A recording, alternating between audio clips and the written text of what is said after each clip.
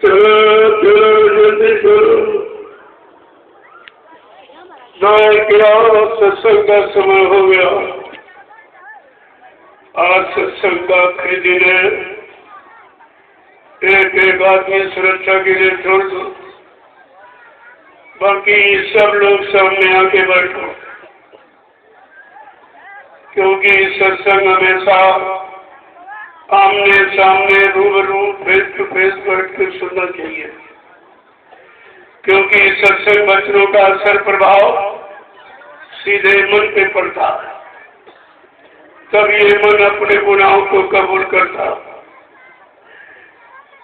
मैंने कितना अच्छा किया, कितना बुरा किया, कितना पाप किया, कितना पुण्य किया, कितना सुख किया, कितना सुख किया। वैसे शैतान मन किसी से मानने वाला नहीं है।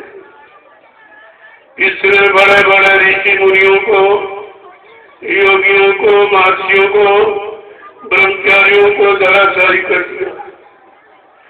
ऐसा ऐसा मन हमारे सबके मनुष्य मंदिर में रह रहा, न हमने आपने आज तक इसको निकाल पाया है, न इस पर कंट्रोल नियंत्रण नहीं कर पाया।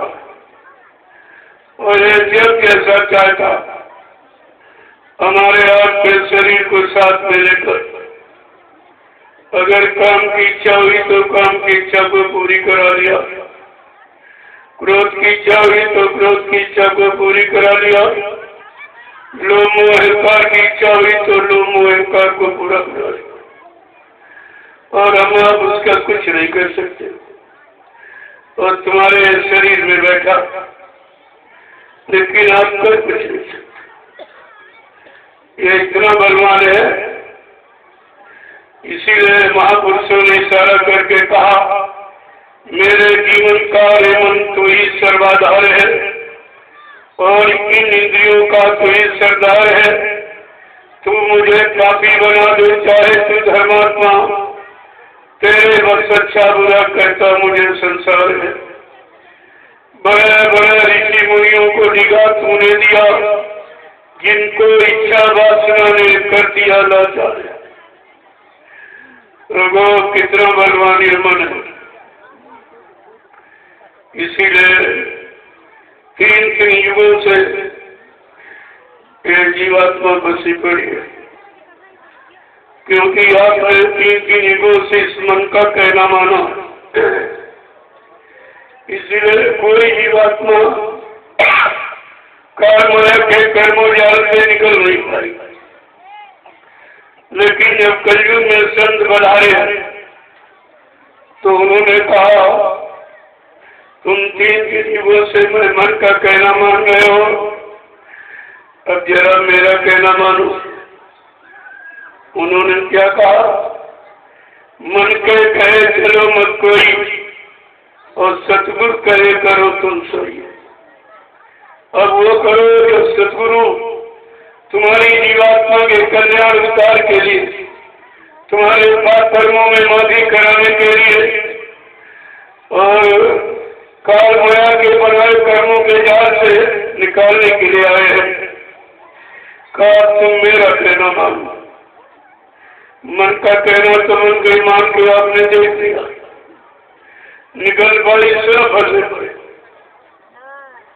ब्रह्मा विष्णु महादेव भी फंसे पड़े, जिनको भगवान कहते हो राम कहते हो भी फंसे। 33 करोड़ देवी देवता, 9 करोड़ दुर्गा, 10 करोड़ शंभु भी फंसे पड़े। क्यों? ये सब इन पर मन का अधिकार रहा। जीवात्मा जगाने की युक्ति इनको नहीं मिली और इसीलिए सब फंसे पड़े। लेकिन जब सदगुरु ने देखा कि जीवात्मा वापिस नहीं आ रही है, काल माया ने निश्चित कोई चाल करके अपने कर्मों के जाल में फंसा दिया। लाल दया कोमल की संता, तब संत सदगुरु के हृदय में दया उठी।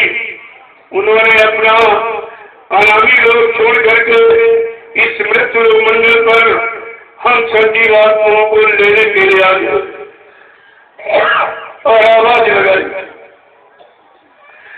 ऐसे चुपके से नहीं, सारे भूमंडल में घूम घूम कर हिंदुस्तान का कोई ब्लॉक, जिला, तहसील ब्लॉक, शहर, कस्बा, गली, गांव कुछ छोड़ा नहीं। जहां पर समृद्ध मालिक ने आवाज न लगाई हो कि मैं किस धाम से आया हूँ, कौन सा नाम लेके आया हूँ और कौन सा काम करने आया हूँ, ये तीनों पर जवाब दो। कहा जब तक मैं जिस काम के लिए आया हूँ, जब तक ये काम पूरा नहीं करूंगा, इस मानव शरीर को छोड़कर जाने वाला नहीं हो। मैंने शरीर से वादा किया, इसी शरीर से कलयुग को भगाऊंगा, सतयुग को लाऊंगा, सबको नया सुरक्षा, रोजी रोटी की व्यवस्था बना के दूंगा, सबको शाकाहारी बनाऊंगा, सबकी जीवात्मा को जगाऊंगा, परमात्मा से मिलाऊंगा। और इसी शरीर से मैं कलयुग का इतिहास बनाने आया हूँ। जब तक कलयुग का इतिहास नहीं बना लूंगा, तब तक इस मानव चोले को छोड़ के जाने वाला नहीं हूँ। ये आपसे भूल कैसे गए? अभी तो शरीर का जो वादा किया, शरीर से एक भी शुरुआत नहीं हुई और तुमने मालिक के जाने की शुरुआत कर दी और सब चिल्ला पड़ेगा, चले गए चले गए चले गए। हमने कहा अगर मालिक चला जाएगा तो जीवात्माओं को कौन ले जाएगा? तुम्हारे पास कर्मों में माफी कौन कराएगा? काल माया के कर्मों के जाल में फंसी जीवात्मा को कौन निकालेगा? कौन इसको घर पहुंचाएगा? ये आपको सब विचार करके रखना चाहिए। अगर गुरु के वचन को आपने संभाल के रखा होता, प्रेमियों, इस सृष्टि में कोई माई का लाल तुम्हें भूल भ्रम में नहीं डाल सकता, लेकिन आपने वचनों को संभाल के रखा नहीं, तो बस यानी घटना घटी, दुर्घटना, सावधानी हटी, दुर्घटना, और सब भाई कोई इधर बढ़ गया, कोई उधर बढ़ गया, कोई उधर। गुरु की शरण में कोई नहीं था। जब आप मथुरा गए थे कि गुरु के पास गए थे, उनके चेलों के पास गए, गुरु से नाम डाल दिया कि चेले से नाम डाल दिया था। गुरु ने पार करने का वादा किया कि चेले ने पार करने का वादा किया। ये सब आपको विचार करना चाहिए, लेकिन तुम्हारे पास कोई विचार नहीं और कोई विचार अलग से भर गया, समृद्ध मालिक को छोड़कर अब आप बह गए हो। अभी के आगे का समय कितना खराब, जिसके लिए बाबा जी ने संकल्प कर लिया, कहा बच्चा आगे दिन सारा विश्व कुदरत के चपेट में आके खड़ा हो जाएगा।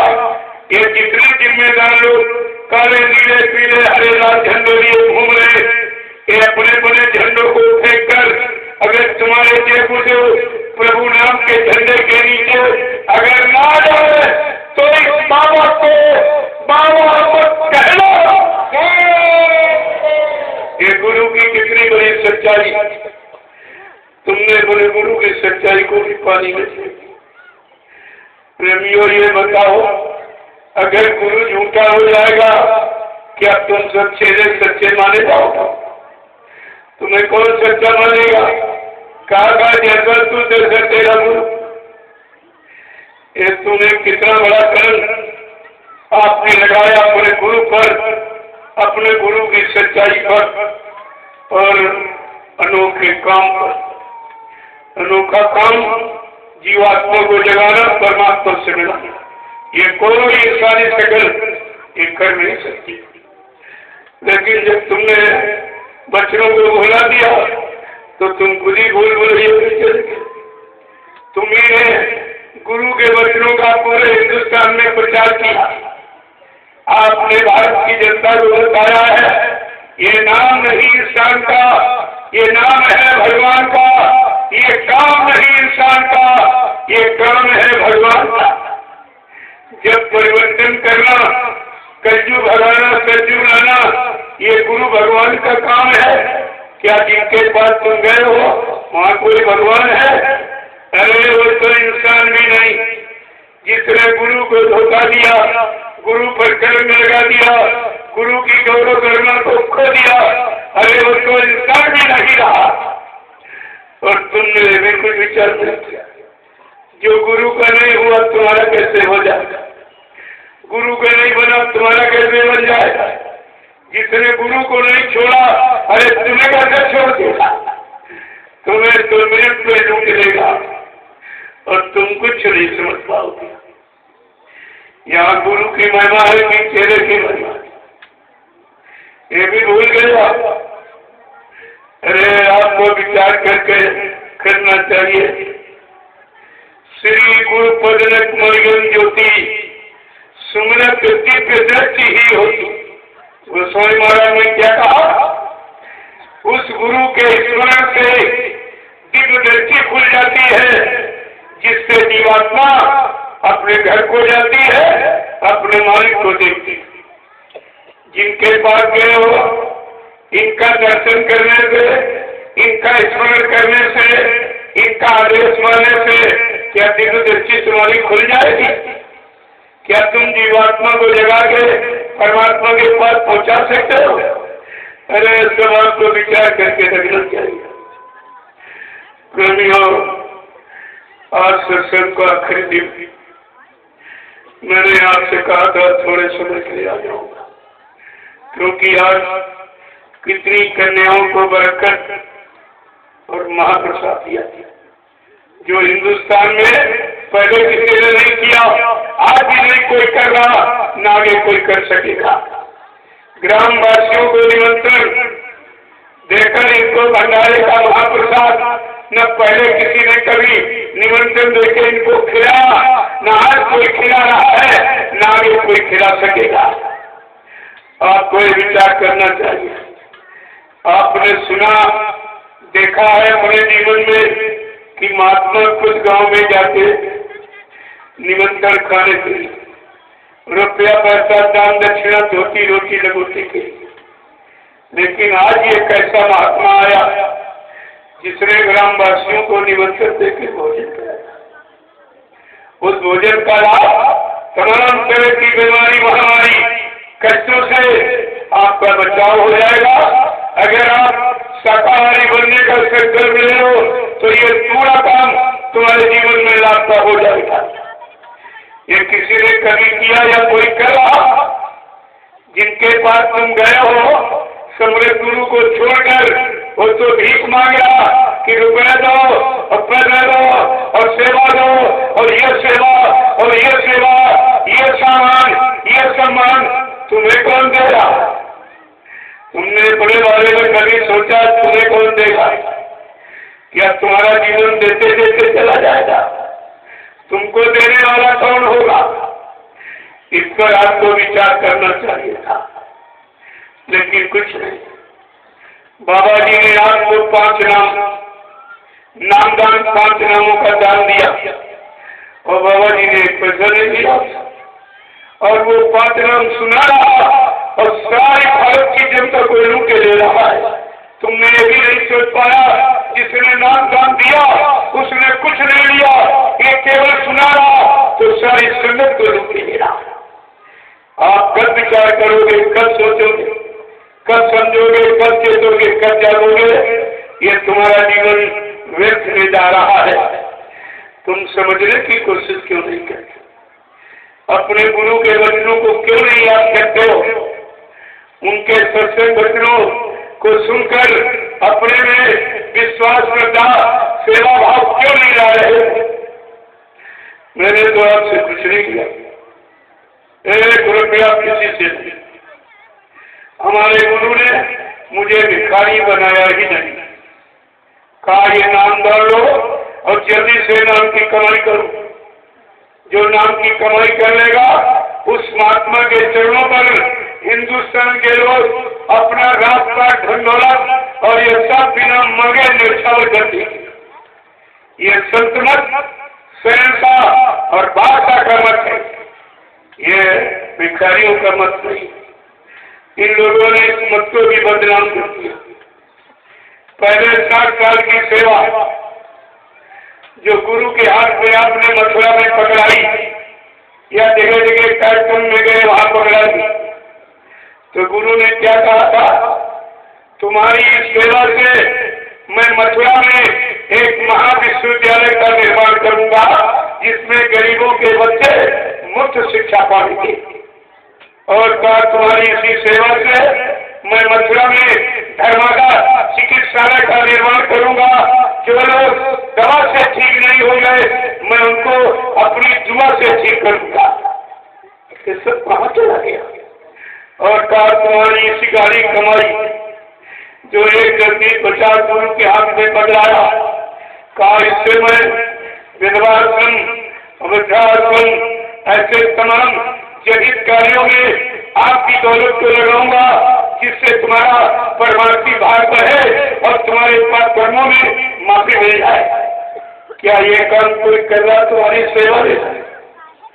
तुम्हें पूछना चाहिए कि तुम हमारी सेवा कहाँ लगा रहे हो, कौन सा सच्चा अच्छा काम कर रहे हो, कौन से संगत के लिए आपने कुछ बनाया या गुरु की गौरव गरिमा हो जिससे गुरु की प्रतिष्ठा बढ़े, ऐसा कौन सा काम तुमने किया? ये पूछते आप तो 2 मिनट तुमको सच्चाई का राज मिल जाता कि सत्य क्या है और झूठ क्या है और असल क्या है, ये नकल क्या है, बनावट क्या है, ये सब आपकी समझ में आ जाता। लेकिन आपने किया कुछ नहीं। आपने ये भी नहीं सोचा केवल 5 व्यक्तियों ने मथुरा में ये नाटक कर लिया और 45 करोड़ तुम करते क्या रहे? तुम अपनी जबान भी नहीं खोल पाए हो अपने गुरु की सच्चाई के लिए। तुम्हारे जैसा गुनहगार अपराधी गुरु का और कौन होता? आपसे पूछा जाएगा कि बच्चा 5 लोग नाटक करने वाले थे, जबकि बाबा जी ने कितनी बार कहा मेरे बारे में कोई कैसी समस्या ला के खड़ी करे तुम बच्चा विश्वास मत करना। पिछले राजनेताओं ने हमें भली भांति आजमा दिया है, न मुझे कोई मार सकता है, न मुझे कोई धोखा दे सकता, न मुझे कोई धमोल सामान से खरीद सकता। मैं अपना काम करने आया हूँ, काम करके ही जाऊंगा। अगर जरूरत पड़ी अपने काम को पूरा करने के लिए तो इसी शरीर में 400 वर्ष तक रहूंगा और काम करके ही जाऊंगा। फिर आप ये सब भूल कैसे गए? क्या 400 वर्ष का समय निकल गया जो आप कहते गुरु चला गया?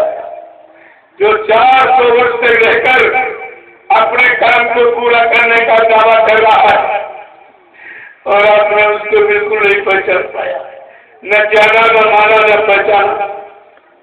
क्योंकि हिंदुस्तान में तो अभी ये प्रचार किया गया कि बाबा जयगुरुदेव जी महाराज के शरीर की उम्र 116 वर्ष, 400 वर्ष तो नहीं निकले।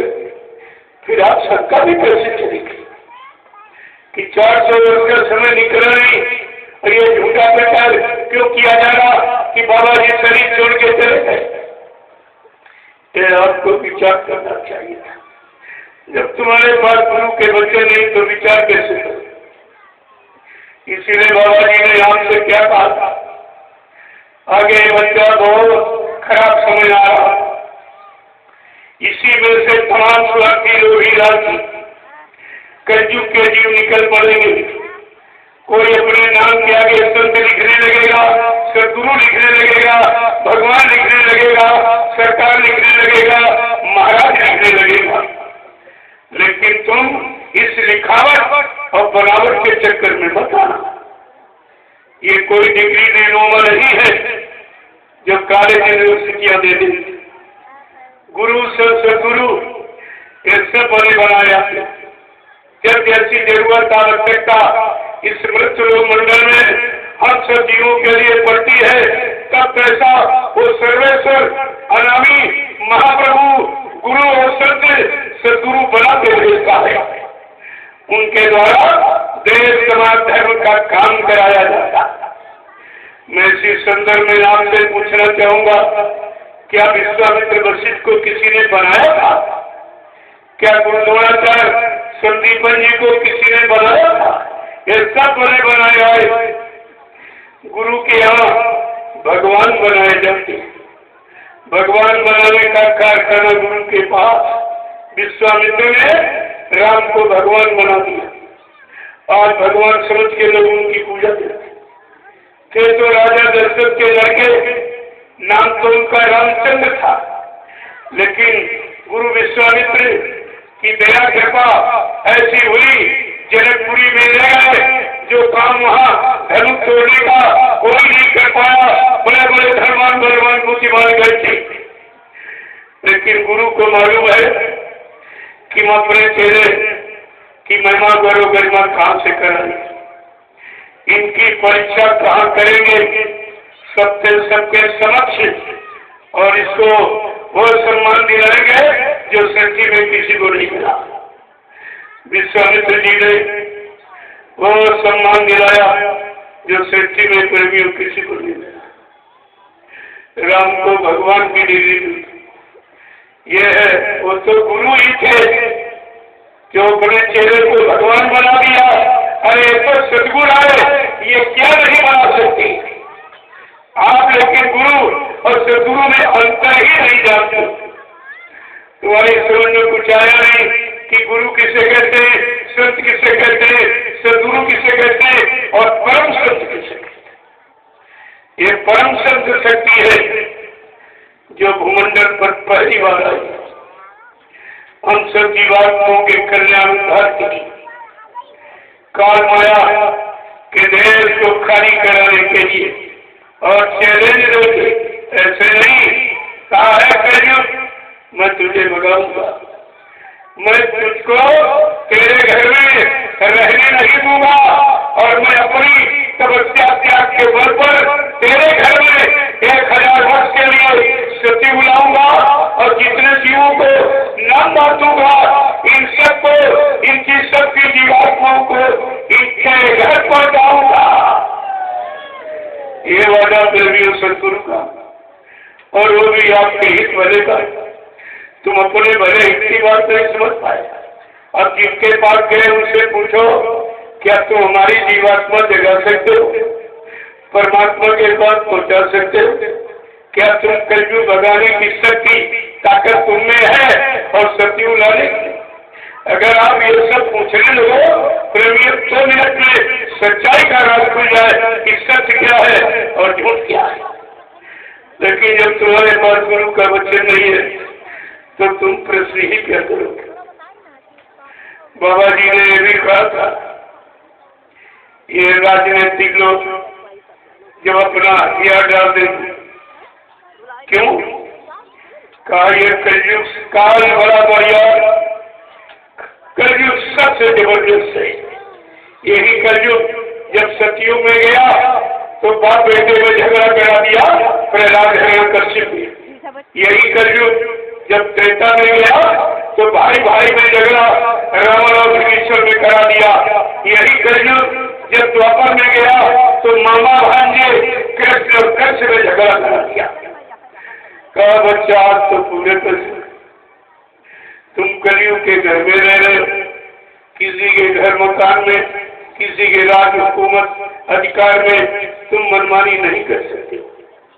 तब बाबा जी ने संकल्प लिया, प्रतिज्ञा की, कलयुग तू हर युग में गया, सबको लड़ाया, परेशान किया, लेकिन आज मैं तेरे घर में अपनी तपस्या त्याग के बल से 1000 वर्ष के लिए सती बुलाऊंगा, और जितनी जीवात्माओं को मैंने नाम से जोड़ा या नाम दान दिया है, इन सबको इनके घर पहुंचाऊंगा। और जब तक यह काम पूरा नहीं करूंगा, मैं इस मानव शरीर को छोड़ के जाने वाला नहीं हूँ। फिर आप यह सब भूल कैसे? हमें तो बड़ा आश्चर्य होता है कि मथुरा में आपने 60 साल गंवा दिए, सत्संग सुनने में, दर्शन करने में, सेवा करने में, सेवा देने में, गुरु के वचनों का प्रचार करके और गुरु से नाम गा लेकर सिमरन ध्यान भजन करने में 60 साल गवा दिया और मिला क्या? कुछ नहीं। गुरु दरबार से शंका संदेह घूर ब्रह्म लेके निकले हो और चुपचाप घर में बैठ गए, चुपचाप बैठ गए हो, गुरु की सच्चाई भी नहीं कर सके हो। तुमको गुरु का भक्त कौन मानेगा? जो गुरु पर कुर्बान होता है, गुरु वचनों पर कुर्बानी देता है, वो गुरु का सच्चा भक्त और सच्चा शिष्य प्रेमी कहलाता है। और आप तो चुपचाप घर में नामा गिरे की तरह घर में बैठ गए और सच्ची अच्छी बात कह नहीं सके। तुम्हें यह मालूम नहीं है जो संत के वचनों को छिपाता है वो संत का द्रोही कहलाता, जो गुरु वचनों को छिपाएगा वो गुरु का द्रोही कहलाएगा।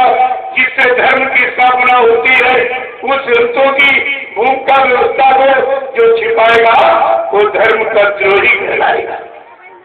तुम तो 3-3 द्रोह में फंसे, कैसे निकलो? कौन निकालेगा तुमको? जो स्वयं फंसे हैं वो तुमको कैसे निकालेगा? वो खुद ही इसी मान सम्मान, रुपए पैसे, धन अति गति में ये सब में फंस के रह गए। आपको ये भी नहीं मालूम है ये सामान का माया का जो ये लोग तुमसे मांग रहे, इसी सामान में रह रहे और तुमको भी घसीट रहे, उसी भोगों के दौरे। तो तुम्हारा उद्धार कौन करेगा? तुम्हारा कल्याण कौन करेगा? आपने ऐसे समृद्ध मालिक को पहचाना। आज मैं केवल आपको चंद मिनटों में पहचान बताऊंगा कि संत सदगुरु को पहचानता कौन? जिसकी जीवात्मा की तीसरी आंख हो जाती, ज्ञान चक्षु शिवनेत्र थर्ड आई। क्योंकि गुरु शरीर इंद्रियों का विषय नहीं, गुरु सदगुरु आत्मा का विषय है। जब तक आत्मा की यह तीसरी आंख नहीं खुलेगी आप गुरु को पहचान ही नहीं सकते हो। और जब तक आत्मा का तीसरा कान नहीं खुलेगा गुरु की वाणी और भाषा और रहस्य आपकी समझ में आ नहीं सकता। इसीलिए आपको नाम डाल दिया कि जल्दी से बच्चा नाम की कमाई करके अपनी जीवात्मा जगा लो, इसका आंख का नाक खोल लो तो तुमको मेरे बारे में कोई शंका भी नहीं दे जा सकता। मेरी सच्चाई आत्मा का विषय है, शरीर इंद्रियों का विषय नहीं है। लेकिन आपने तो कुछ किया ही नहीं। तो मैं आपको ये बताना चाहता हूँ कि बाबा जी को पहचाना किसने? बड़े ध्यान से सुनिए, कोई नहीं बताएगा। ये पहचान हिंदुस्तान में कोई नहीं देगा। सर्वप्रथम बाबा जी को किसने पहचाना? हुजूर पैगंबर मोहम्मद साहब, जो 14वीं हिजरी के अंतर्गत आए। उन्होंने अपनी भविष्यवाणी में कहा 14वीं हिजरी के अंत में खुदा का पैगाम लेकर एक फकीर जमीन पर उतरेगा जिसका लिहाज यानी वेशभूषा सफेद हो। ये सफेद पोधारी खुदा का पैगाम संपूर्ण इंसानी जात को सुनाएगा। जब वो फकीर अपना हजूम काफिला लेकर कहरे दरिया को पार करता हुआ पूरब से पश्चिम तरफ चलेगा। उर्दू में कहरे दरिया, हिंदी में सरजू नदी के। जो पुराने प्रेमी अयोध्या के काफिले में रहे होंगे शायद थोड़ा थोड़ा इशारा समझ सके।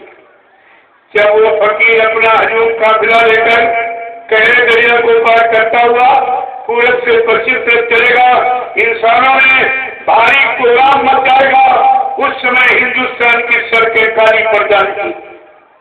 प्रेमियों, आज के 1400 वर्ष पहले तारपुर डामर कोई नहीं जानता, लेकिन हुजूर पैगंबर मोहम्मद साहब की रूह की जीवात्मा की तीसरी आंख खुली, जिससे भूत भविष्य वर्तमान को स्पष्ट देखा जाता है।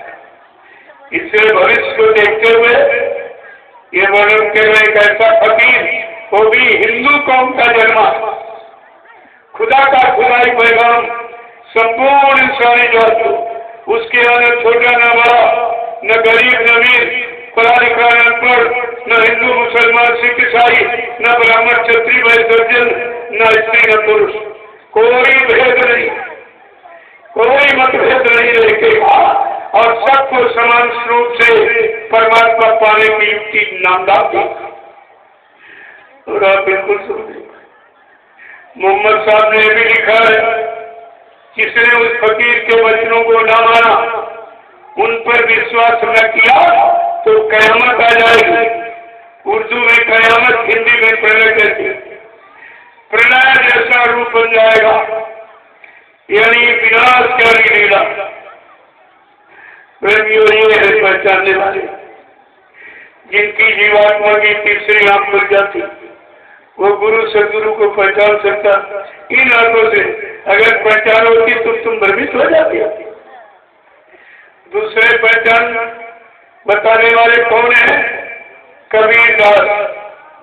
देखिए, इस कलयुग में सर्वप्रथम संत रूप में यही आए। इनका जब समय जाने का हुआ, ऐसे चुपके से नहीं जैसे आप लोग चिल्ला पड़ेगा बाबा जी चले गए।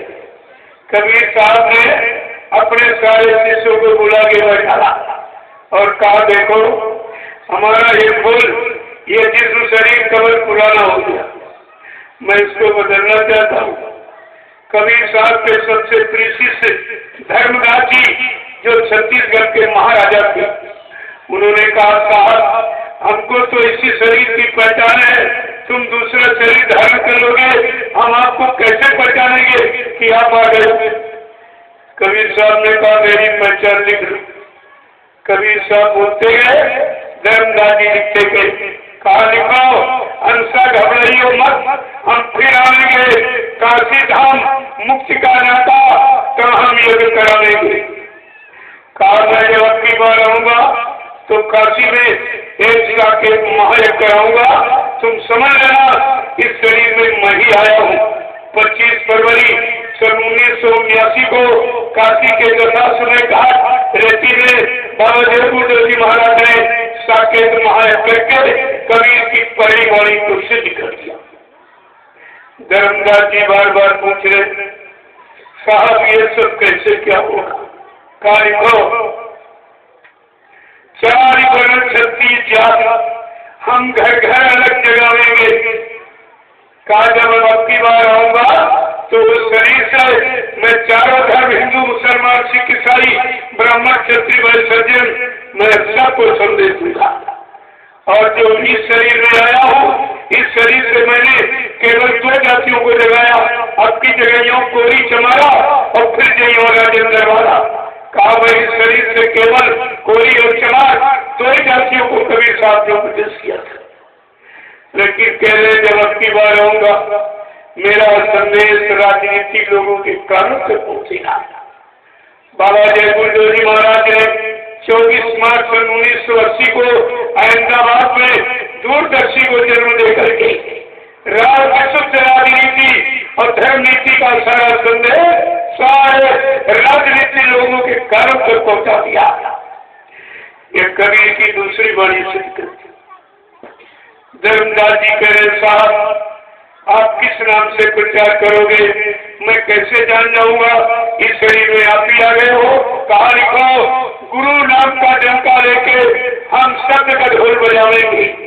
मैं गुरु नाम से प्रचार करूंगा और शब्द का ज्ञान करके जीवात्मा को जगाऊंगा, परमात्मा से मिलाऊंगा। मैं दोनों काम करने होगा। और कहा, मैं 2 नाम लेते, एक वर्णात्मक, एक ध्वन्यात्मक। जय गुरुदेव वर्णात्मक नाम के द्वारा देश दुनिया को गुरु की महिमा बताऊंगा, गुरु का संदेश सुनाऊंगा, शारीरिक परेशानी, बीमारी, महामारी, कष्टों की मुसीबत से उनको बचाऊंगा और 5 नाम की ध्वनि सुनाकर जीवात्मा को जगाऊंगा और उसके घर पहुंचाऊंगा। और ये सब आपके सामने हो रहा, लेकिन तुम्हारी समझ कुछ नहीं आया, क्योंकि तुम्हारी जीवात्मा का आंख कान बंद है, न दिखाई दे रहा न सुनाई दे रहा। धर्मदास जी कह रहे, साहब ये प्रचार आप कब शुरू कराओगे? खा लिखो कोटिन जीव को त्रास है, हम डूबत हंस बचाएंगे। जब करोड़ों जीव बेगिना निर्दोष मारे काटे सताए जाएंगे और धरती खून से रंगने लगेगी, तो मैं शाकाहार का प्रचार करा के हिंदुस्तान में एक विराम लगा दूंगा और आपके सामने होगा। कोई पर्दे में नहीं, तुम्हारे आंखों पर और बुद्धि पर कानों में पर्दा है। तुम गुरु के काम को समझ नहीं पा रहे हो। धर्मदास जी कह रहे साहब, एक शंका और रह गई है, वो हमारी दूर कर दीजिए। क्या उस समय के लोग तुमको अपना सम्राट मानी सच्चा सदगुरु मानेंगे? कबीर साहब कहते नहीं, धर्मदास अब इसलिए वही हमें पहचानेंगे जो मेरे पुराने जीव जिनको मैंने नाम डाल दिया और माला खूटी में टांग दी, सुमरन ध्यान भजन नहीं किया। जब मैं आवाज लगाऊंगा मेरे पुराने जीव भाग के चले जाएंगे, वही मेरी शरण में रुकेंगे। स्वार्थी लोभी राष्ट्री शरण छोड़ के भाग जाएंगे। तेरी सब आपके सामने हो रहा, आपके सामने भक्तमती बिना कारण बिना कोई परीक्षा लिए कोई मुसीबत दिए ऐसे भक्तमती का स्वार्थी लोभी राजी मेरी शरण छोड़ के भाग जाएंगे। कोई नहीं टिक पाएगा। यह सब आपके सामने हुआ। ये है पहचानने वाले।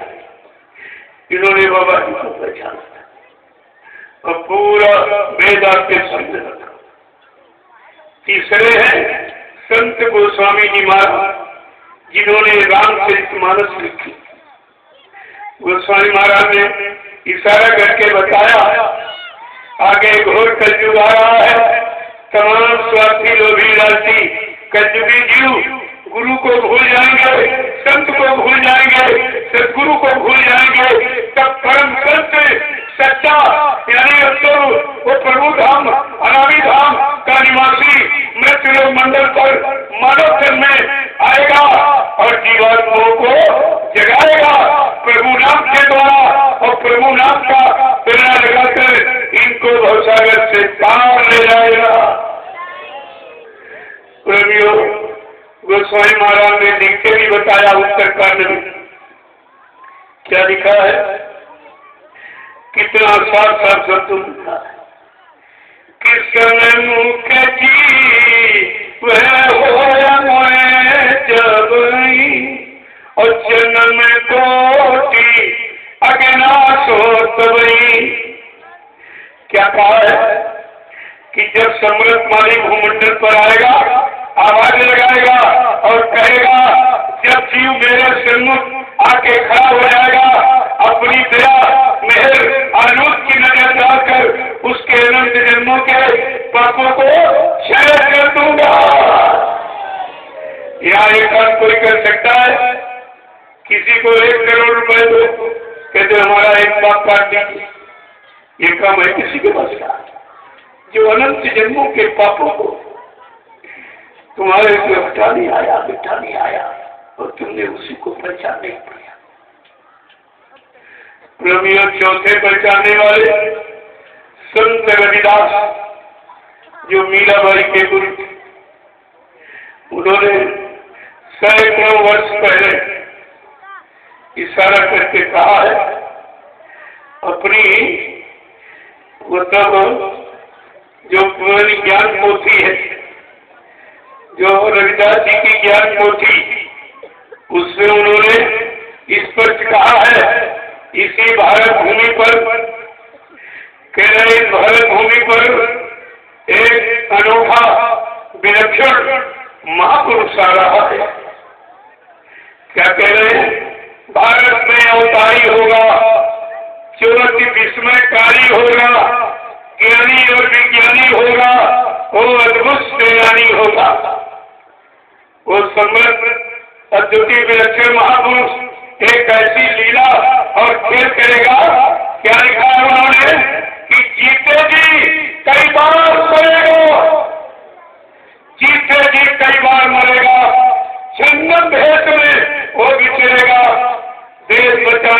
लिए होगा एक आह्वान, युग परिवर्तन के लिए चले प्रबल तूफान, तीनों ओर से होगा हमला, देश के अंदर द्रोही घबरा, सभी तरफ प्रोग्राम मचेगा, कैसे हिंदुस्तान बचेगा। रविदास जी क्या कह रहे हैं, कितनी बड़ी बात लिख रहे हैं इस पर शब्द में कि मतलब यानी कि सभी तरफ प्रोग्राम मचेगा, कैसे हिंदुस्तान बचेगा। आगे कह रहे कि नेता मंत्री और अधिकारी एक दिन जान बचाना होगा भारी, यह सब छोड़ मैदान भगेंगे, अपने अपने घरों में चुपकेंगे। यह सम्राट मालिक क्या करेगा, ढूंढ ढूंढ कर बदला लेगा, सब हिसाब चुपता करेगा, कोई नहीं बचेगा। अभी तो सेवा बटोरने बड़ा मजा आ रहा है, लेकिन जब हिसाब देना पड़ेगा तब इनकी समझ में आ जाएगा। क्या कह रहे रविदास जी कि जिन जिन भारत मां को सताई और जिसने इसकी कड़ी लुटाई, नेता मंत्री और अधिकारी एक दिन जान बचाना होगा भारी, ये छोड़ सब मैदान भागेंगे, अपने अपने घरों में चुपकेंगे, लेकिन महापुरुष क्या करेगा, इतनी बड़ी बात कहते हैं, ढूंढ ढूंढ कर बदला लेगा, सब हिसाब चुपता कर देगा।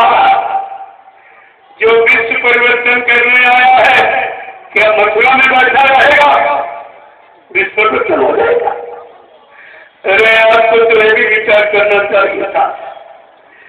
आगे रविदास जी क्या कह रहे हैं, भविष्यवाणी, चीन अरब की धूली बनेगी, विध्वंसक ताकत उभरेगी, सभी तरफ संगीन लड़ाई, घाटे में होंगे ईसाई, इटली में प्रोग्राम मचेगा, लंदन सागर में डूबेगा, युद्ध तीसरा अति प्रलयकारी जो होगा, भारी संहारी भारत होगा, विश्व विजेता भारत होगा, विश्व नेता दुनिया का कार्यालय होगा, भारत में न्यायालय होगा, तब सतयुग दर्शन आएगा, संत सुख बरसाएगा, सहस्र सतयुग व्यापे विश्व गुरु बन भारत जागे।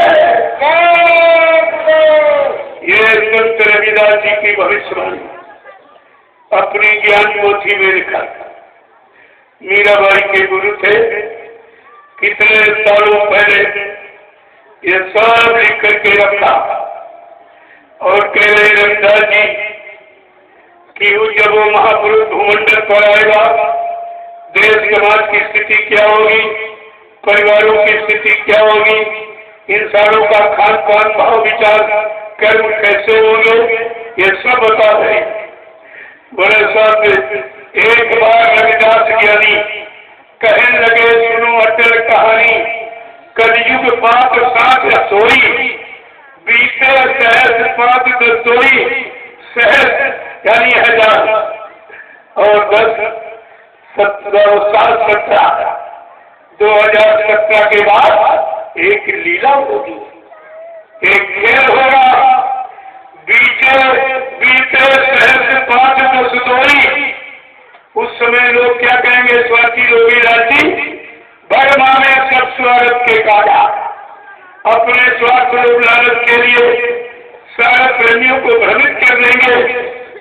और देश की स्थिति कैसी होगी कि बेटी बेटी बेच करिए कुल लगा, नशा दिखावे घर में पूरा, माँ बहन का पकड़े जूड़ा, अंडा मांस मछलिया खावे, भिक्षा करिए पाप करावे, जबरन करिए भोग विलासा, सज्जन मनती हो निराशा, पर नारी को गले लगी है, नारी अति आतंक मचई है, अपने पति को मार भगई है, पर प्यारे को गले लगी है।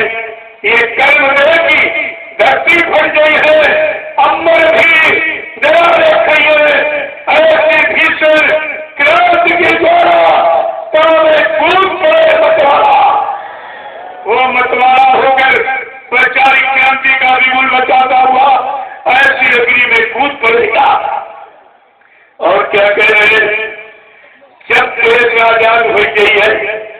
कुछ दिनों के बाद वो शक्ति जाकर छिप गई है।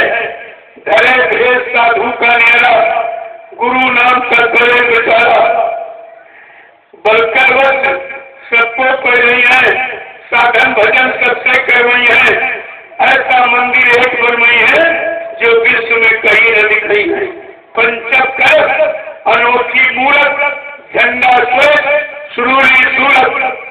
देखिए, गुरु नाम से सब जग जाने, उनको परम पूज्य की माने।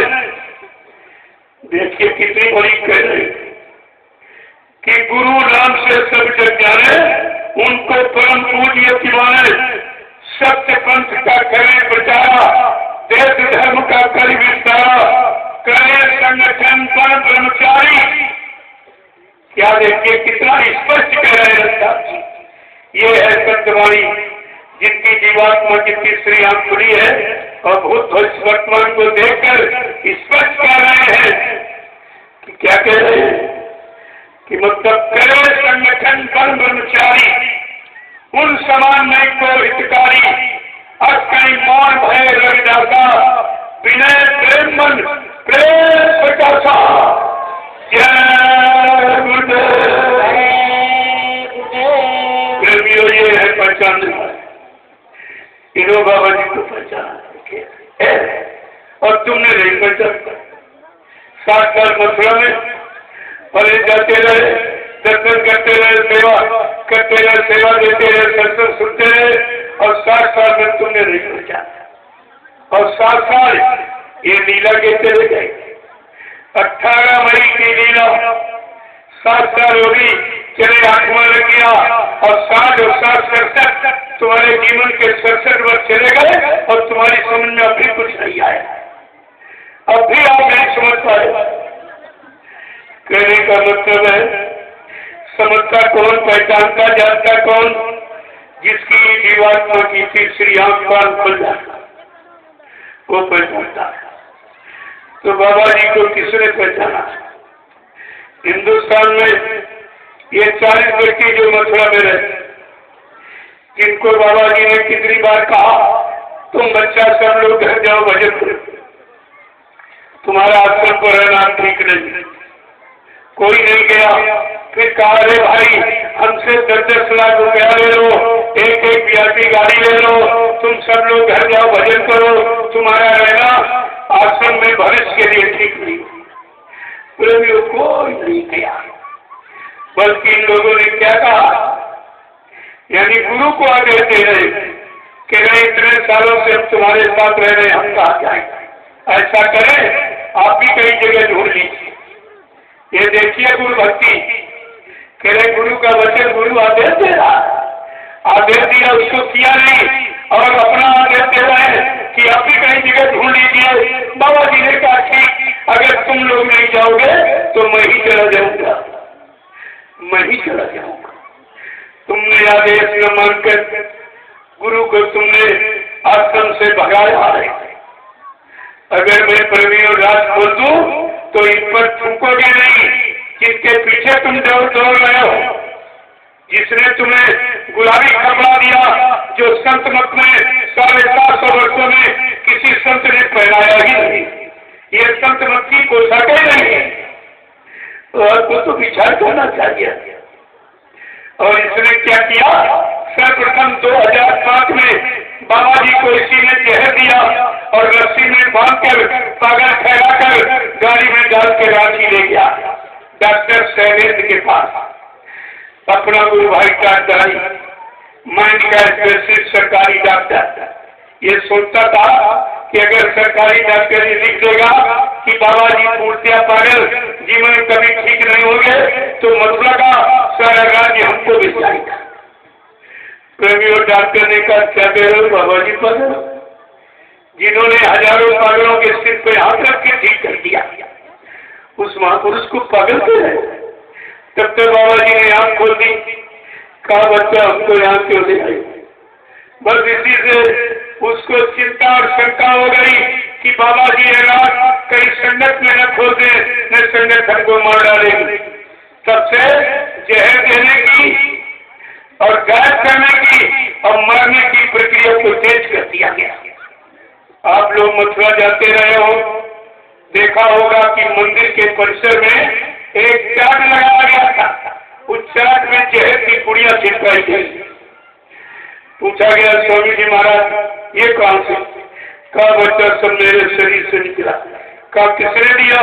कहा इन्हीं लोगों ने दिया।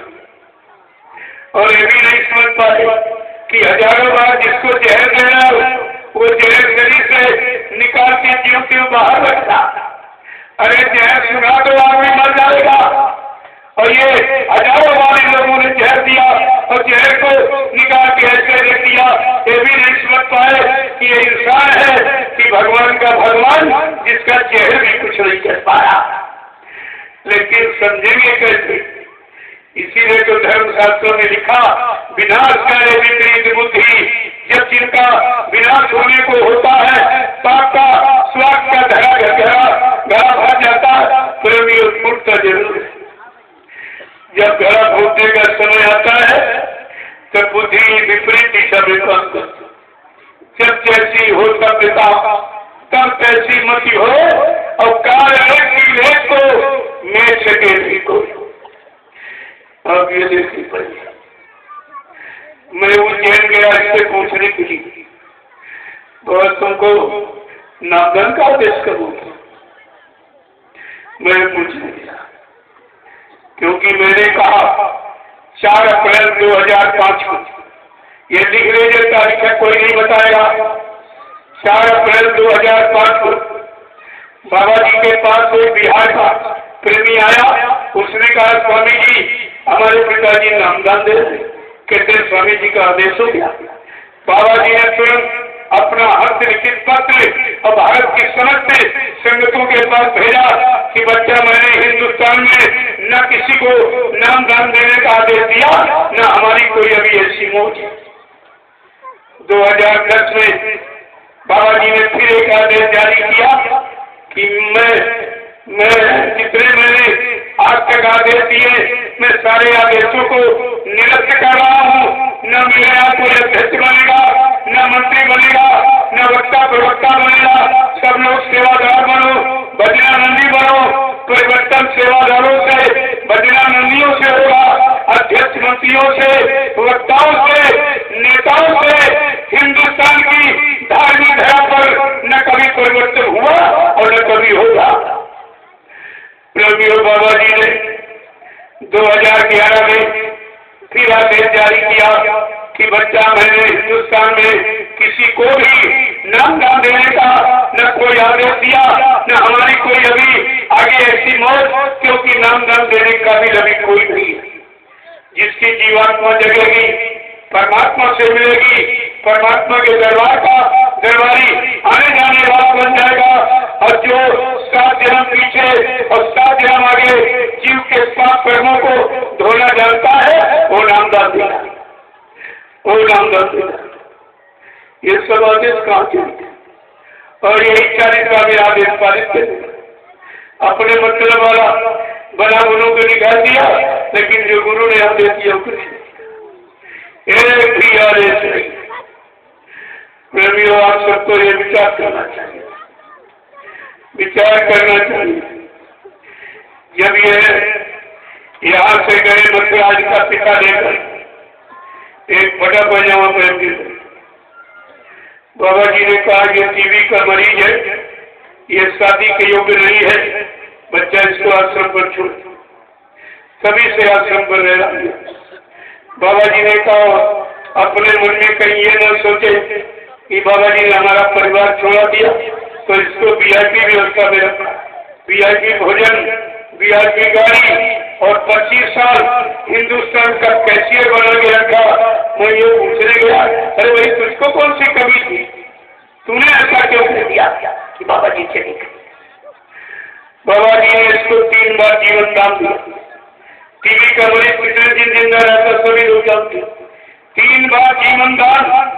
जिस महापुरुष ने 3 बार इसको जिंदगी दी, आज यही उस महापुरुष के जीवन हरण की बात कर रहा है। हमने कहा तो मुंह दिखाने का भी रहेगा। प्रेमियों, सब आपको सोचना चाहिए। लेकिन तुमने कभी मथुरा में जाकर तुमने कभी गुरु वचनों को सुना था? तुम इन्हीं लोगों तक जाते थे, इन्हीं को सेवा पकड़ाई, 60% अपना ले लिया, 40% तुमको लौटा दिया, बस तुम यहीं तक सीमित है, तुम गुरु के पास गए ही नहीं, न गुरु का सत्संग तुमने सुना। आज इसीलिए तुम सब भ्रमित हो गई। और आज भी कमीशन एजेंसी हो रही, ये जगह जगह सेवा लेने वाले जो ले जाते बटोर कर यहाँ से 60% उसको देते, 40% अपना। ये कमीशन एजेंट वाले केवल टिके हैं, बाकी भजन करने वाला कोई प्रेमी इधर उधर जाने वाला ही नहीं। वो जो गुरु की अंतर में दया पा रहा है, और मतलब गुरु की दया कृपा जिस पर हो रही है, वो कभी इधर उधर जाने वाला ही नहीं। आपको ऐसा विचार करना। मैं आपसे एक बात पूछूंगा, आप बाल बच्चेदारों सत्य बोलना कि बाबा जी ने कभी अपने सत्संग में उज्जैन का नाम लिया है? नहीं। सत्य बताना। आप परिवार बाल बच्चेदार हो, क्या बाबा जी ने कभी अपने सत्संग में उज्जैन का नाम लिया था? नहीं। हमारा उज्जैन से क्या मतलब? हाँ, मथुरा हमारा गुरुद्वारा है, गुरु आश्रम है, मंदिर है, ये तो ठीक है, लेकिन उज्जैन से तुम्हारा क्या मतलब? क्या मतलब निकलेगा? आदमी जब कोई माल लेके जाता बच्चा है तो अपने घर आता है, दूसरे घर में नहीं रहता है। इनको तो बलरामपुर आना चाहिए था, ये उज्जैन कैसे चले गए? आपको पूछना चाहिए था, आपको पूछना चाहिए था कि 25 साल बाबा जी ने तुमको हिंदुस्तान यानी संगत का कैशियर बना के रखा, ये पैसा कहाँ गया? उसमें तुम्हारा भी सबका पैसा है, और किसी देशी विदेशी का नहीं है। सब प्रेमियों की गाड़ी कमाई, जिन्होंने बड़े बच्चे को अच्छा भोजन नहीं कराया, अच्छे कपड़े नहीं पहनाए, अच्छे स्कूल में नहीं पढ़ा सके, लेकिन सेवा बाबा जी के हाथ में की, और 60 साल की सेवाओं का बदमाश कर दिया। और तुम कुछ नहीं देखते रहेंगे, 60 साल वाला भी चला गया, और 7 साल से अपनी सेवा नहीं जा रही, तुमको होश कब आएगा? अरे अपनी सेवा के बारे में तो पूछो कि मेरी सेवा जो पहले भी, जिसको मीडिया ने मथुरा में 12,500 करोड़ की संपत्ति ऐलान किया था, तो 12,500 करोड़ का खर्च हो गया, काफी खर्च कहाँ चली गई? और तब से अभी तक सेवा लेना बंद नहीं। ये सेवा वो सेवा, ये धर्म वो पैसा, ये कार्यक्रम में जब जाते हो आपने खुद ही देखा, जितने आदमी सुनने वाले नहीं आते उससे ज्यादा झोली फैला दी जाती, भिखारियों की तरह। अरे किसी के सामने जब झोली करके ऐसे खड़े हो जाओगे, बेचारा शर्मिंदा 10-5 रुपए तो जाती थी। लेकिन आपको सोचना चाहिए और तुम्हें पूछना चाहिए, भाई ये सेवा झोली में क्यों नहीं जाती? कौन सा काम? अभी तक क्या काम किया? ये 5 जिलों की संगत जो सेवा देती रही है, इन 5 जिलों में उन्होंने कोई तुम्हारे हित का काम किया या संगत के लिए कोई ऐसी जगह बना के दी जिससे 5 जिलों की संगत इकट्ठी होती और सत्संग करती, सुमिरन ध्यान भजन करती? और तुम्हारे में कोई होश नहीं, एकदम बुद्धि में कुछ रहे नहीं, तुम्हारी समझ में ही कुछ नहीं आया। ये सब कहना चाहिए। मैंने 7 वर्षों में न पहले सेवा न 7 वर्षों में कोई सेवा नहीं मांगी, लेकिन जो प्रेमियों ने जबरदस्ती मेरे हाथ में 1, 2, 10, 20, 50 रुपए दिए, मैंने उसी तुम्हारी सेवा से पूरे हिंदुस्तान में गुरु के वचनों की जानकारी दे दी, और उससे भी पैसा बच गया। तो यानी नैनीताल की तपोभूमि पर 32 बीघे जमीन आपकी खरीदी, आपके पैसे की, आपकी, मेरी नहीं है। संगत के लिए संगत की, संगत के धन से। और 3 महीने में जो प्रेमी जाते हैं, देखिए नक्शा जो 20 साल में कोई नहीं कर पाया, और 3 महीने में वहां का नक्शा बनकर तैयार हो गया। और अभी हजारों से ऊपर प्रेमी निरंतर सेवा कर रहे हैं और परमानेंट भंडारा चल रहा है। इसीलिए मैं जहाँ कार्यक्रम करने जाता हूँ प्रेमियों से कहता हूँ जितने भंडारे आए हो, जो आपके पास अनाज या बच गया सेवा आप भी सीधे नैमिषारण्य पहुँचा दीजिए। तुम नहीं जाओगे लेकिन प्रेमियों की सेवा तो लग जाएगी, उसका लाभ इनको मिलता रहेगा। इसलिए क्योंकि अन्न की सेवा का सबसे बड़ा महत्व है, और जो अन्न की सेवा इधर उधर करता, लूटता, बेचता है, उसका परिणाम कितना खराब होगा। आपने नारद जी का इतिहास पढ़ो। नारद जी विष्णु भगवान के दरबार में आते थे। विष्णु भगवान रोज मृत लोग का समाचार पूछते थे। एक दिन नारद जी जा रहे थे, रास्ते में काफिकार का खेत पड़ गया, चने की फसल खरीदी। नारद जी ने देखा बड़ी हरी हरी फलियां अच्छी लगी, एक फली तोड़ के खा लिया और कहा अरे बहुत मीठी है। जब विष्णु दरबार में पहुंचे तो विष्णु भगवान ने पूछा, अरे नारद जी मित्रों के क्या समाचार? कहा महाराज सब अच्छी।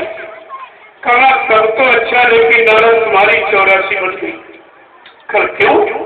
कहा कार का खेत बिना पूछे, बिना कोई सेवा किए और सेवा किए आपने जो है फली खाई है, उसका परिणाम है कि तुम्हारी 84 बन गई। 84 में तुम्हें जाना पड़ेगा। तो कहा आप तो भगवान हो, हमारी कार जो कहते नहीं। 84 काटने का अधिकार केवल मृत्यु लोक में सदगुरु को है, गुरु सदगुरु को मेरा अधिकार नहीं है। कहा फिर मैं क्या करूं? कहा जाओ सुबह जोगी तुमको मिल जाए उसी को गुरु बना देना, क्योंकि तुम निगुरे हो। नारायण तुम निगुरे हो, एक निगुरा ना मिले चाहे पापी मिले 1000, एक निगुरे के शीश पर 1 लाख पापियों का भार। कहा तुम निगुरे हो, पहले गुरु करो। जब गुरु करोगे गुरु तुम्हारी 84 काट देगा। मैं नहीं करता, मेरा ये काम नहीं है, मैं तो भरण पोषण करता हूँ। और नारद जी सुबह जल्दी उठे और विष्णु भगवान पहले भेष बना, एक मछुआरे का भेष, एक जाल कंधे पर डाला, 2-4 मछलियां बंद चले जा रहे थे। नारद ने देखा, कहा बारे विष्णु तुमने कहा जो मिल जाए उससे गुरु बना, ये गुरु के काबिल, ये मछली जाल में मछली डाले तेरे गुरु बना देगा। जब वापिस गए विष्णु भगवान ने पूछा, कौन नारद जी गुरु मिले? अरे कहा आप भी अच्छी बात करते, वो गुरु के काबिल था। एक जाल में मछली पकड़े कंधे में डाले चला जाता। अरे नारद तुमने गुरु का अपमान किया, गुरु की निंदा करती। गुरु जो कहे उसे कभी मत करना, गुरु कहे करो तुम सही, जो गुरु कहे वो करो। तुमने गुरु का अपमान कर दिया है, जाओ तुम्हारी केवल 84 हो। अब नारद जी बहुत घबरा गया। कहा अभी एक और चांस आपको दे रहा हूँ, आज सुबह जल्दी जाओ, जो भी तुमको मिल जाए उसी को गुरु बना देना। नारद जी ने सोचा चलो गंगा किनारे जाऊंगा, वहाँ तो अच्छे ही लोग रहते हैं।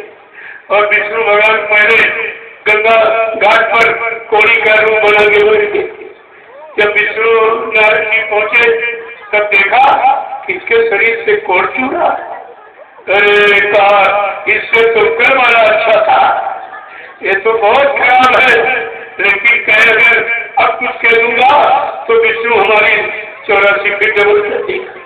तो आंख बंद किया और चरण पकड़ लिए और विष्णु भगवान खड़े हो गए। कहा नारद तुम्हें नहीं मालूम कि गुरु किस भेष में और किस रूप में तुम्हारा कौन सा काम कर देगी। तुम गुरु को पहचानने की कोशिश मत करो, अपने को पहचानो, अपने आप को पहचानो। रवियों एक जना की फली खाने पर 84 बन गई। और ये जो भंडारा चला रहे मैं सब जानता हूँ, बहराइच में सबसे बड़े बड़े चोर हैं जो सारी सेवाएं सुनते हैं और कभी हमको नहीं देते, मेरे पास नहीं आते, सब बेच के खत्म कर। इनको ये नहीं मालूम है कि तुमको कितने हजार जन अभी लेने पड़ेंगे। ये का जो मतलब ये अन्न की सेवा की है, इसके लिए तुमको कितने जन्म घोड़ा खच्चर बैल बन के ये कर्जा भोगना पड़ेगा। तुमको नहीं मालूम है अन्न की सेवा महान सेवा होती। मैंने इसीलिए हर जगह प्रेमियों से कहा, आप सब लोग नहीं जा पा रहे हो क्यों तुम्हारे पास खेती दुकान दफ्तर मजदूरी से फुर्सत नहीं है, तो अपनी गाड़ी कमाई का ये भंडारे में जो अन्न बचा है इसे नैनीसागर भेज दीजिए। वहाँ जो प्रेमी सेवा कर रहे हैं तुम्हारा अन्न खाएंगे और घर बैठे उस सेवा का लाभ तुमको मिलेगा। ये आदान प्रदान है सेवा का। इसलिए आपको ये सब सोचना चाहिए। लेकिन स्वार्थी लोभी राज्यों को कहता है बिल्कुल बूढ़े हो गए, 2-4 साल जिंदा रहेंगे, मर के चले जाएंगे, लेकिन अभी उनकी हरकत बदल गई। मेरे पास भी आते बड़ी श्रद्धा दिखाते, लेकिन मैं कुछ कहता नहीं। अगर कह दूंगा तो कहेंगे हमारा अपमान करते, हमारी बेइज्जती करते, ऐसा काम क्यों करते। एक बार मैं कौशाम्बी जिले में काम कर गया, कार्यक्रम लगा था शिवरात्रि का 5 दिन का। 2-3 दिन के बाद जिम्मेदार आया, कहा कि सरकार वो अनाज खत्म हो गया, भंडारा कैसे चलाया जाए। हमने अनाज तो बहुत आया था, अभी तो 2 ही दिन हुए, कैसे अब तमाम भंडारे और भी चल रहे, तुम्हारे कैसे खत्म होगा। कर नहीं सरकार खत्म हो गया। मैंने कहा जो तुमने चोरी करके अपनी ट्यूबवेल में 124 बोरी रखी है उसे निकाल के ले जाओ, वो निकाल के ले जाओ। ये सब देखा जा रहा। तुम जब रखने जा रहे थे तो मैं वही खड़ा था, देख रहा था, गिन रहा था कितनी ला रहे हैं, कितनी चुरा के रख रहे। ऐसा बात कभी मत करो। जो जिसने भूमिका व्यवस्था बनाई है वो सब जानता है, तुम उसको नहीं जानते हो तो आप ऐसा कोई काम मत करो। मैं बार बार प्रार्थना के रूप में कहता हूँ, एक तो तुम सेवा देते हो, जो प्रेमी देते हैं उसको भी इधर उधर करते हो। तुम कितने बड़े गुनहगार बनोगे, कितने जन्मों तक नरकों में पड़े रहोगे, इस सेवा का कर्जा भुगतान नहीं कर पाओगे। ऐसा कोई काम मत करो। तो बाबा जी को और किसने पहचाना, ये भी तो आपको मैं बताना चाहता। हिंदुस्तान में तो इन लोगों ने तो पहचाना किसी ने नहीं पहचाना, लेकिन आपने शायद उनका नाम सुना पड़ा होगा, संत साईं बाबा। दक्षिण भारत के कर्नाटक प्रांत के श्री गांव में बैठा गुप्त संत। लेकिन उनको बाबा जी की पूरी हुई। उनका एक परिवार इंग्लैंड का अंग्रेज, वो मथुरा गया कृष्ण जन्मभूमि देखने। जब वहां से वापिस लौटा दिन में, तो रास्ता वही है आगरा दिल्ली बाईपास रोड मथुरा मधुबन, जहाँ बाबा जयपुर जी महाराज ने गरीबों की खून पसीने के कमाई से नव योग साधना मंदिर का निर्माण किया। जब मंदिर के सामने वो पहुंचा अंग्रेज, नाम योग साधना मंदिर हिंदी में लिखा, वो बेचारा नहीं पढ़ पाया, लेकिन मंदिर की चोटी पर क्या लिखा है, जय गुरुदेव टेम्पल। अपनी भाषा का शब्द पढ़कर उसके अवसर की सीमा टूट गई। बार बार सोच रहा है कि हिंदुस्तान के सारे विश्व में राम नाम के मंदिर के समान हनुमान, शंकर और मतलब देवी देवताओं के नाम के मंदिर तो मैंने सुने, लेकिन जय गुरुदेव नाम का मंदिर में पहली बार सुना, जिसको बाबा जी ने खुद कहा कि बच्चा ये विश्व की प्रथम इमारत है, अभी मंदिर का 7 आने काम हुआ है, 9 आने काम बाकी। जिस दिन पूरा मंदिर बनकर तैयार हो जाएगा, इसका मेन गेट दरवाजा 21 गुम्मत का होगा, जिसको विश्व के लोग देखने आएंगे। और बाबा जी ने यह भी कहा, इसी मथुरा मंदिर परिसर में मैं हेलीकॉप्टरों का ताता लगा के दिखा दूंगा, विदेशी आएंगे, इस जमीन को सीधा प्रणाम करेंगे, चरण को मस्तक पर लगाएंगे, प्रसाद समझकर मुंह में डालेंगे, रुमाल में बांधकर अपने देश ले जाएंगे। क्या प्रेमी ये सब काम हो गया है? जो आप कह रहे हो बाबा जी चले गए। क्या कोई ऐसी इंसानी शक्ल है जो मथुरा मंदिर परिसर में हेलीकॉप्टरों का ताका लगा के दिखा? अंग्रेज बाबा जी ने ये भी कहा था बच्चा ये मंदिर मेरे गुरु महाराज का, मेरा इसमें कोई चिन्ह मत रखना, मेरा कोई चिन्ह इसमें नहीं रखना। मैं अकेला था इतना बड़ा, तुम तो करोड़ों हो, जब जरूरत समझना समझ पर अच्छा बना देगा, लेकिन इसमें मेरा कोई चिन्ह नहीं रहेगा। इन लोगों ने वहीं पर गुरु की समाधि बनानी शुरू कर दी। ये देखिए आदेश पालन इसको कहते हैं, ये आदेश है कह रहे ये मंदिर मेरा गुरु महाराज का, इसमें मेरा कोई चिन्ह मत रखना। और इन लोगों ने आदेश का खंडन करके वहीं पर समाधि बना दी। खैर सरकार को जानकारी हो गई, उसने 17 अक्टूबर 2017 में एक आदेश जारी किया।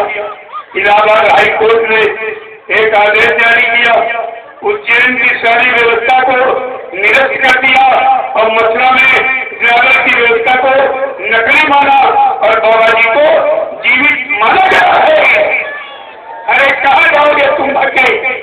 मैं तुम्हारे पीछे खड़ा हो गया हूँ, तुम भक्के कहाँ जाओगे? ये हाईकोर्ट का फैसला है। अभी इसकी समझ में नहीं आया, लेकिन धीरे धीरे ऐसा मैं सारे हिंदुस्तान में गुरु परिवार के प्रेमियों के कान तक गुरु के वचनों को अभी पहुंचाए देता हूँ। हमको अखबार रेडियो की जरूरत है, मैं खुद ही अखबार रेडियो बन जाऊंगा और घर घर संदेशा पहुंचा दूंगा।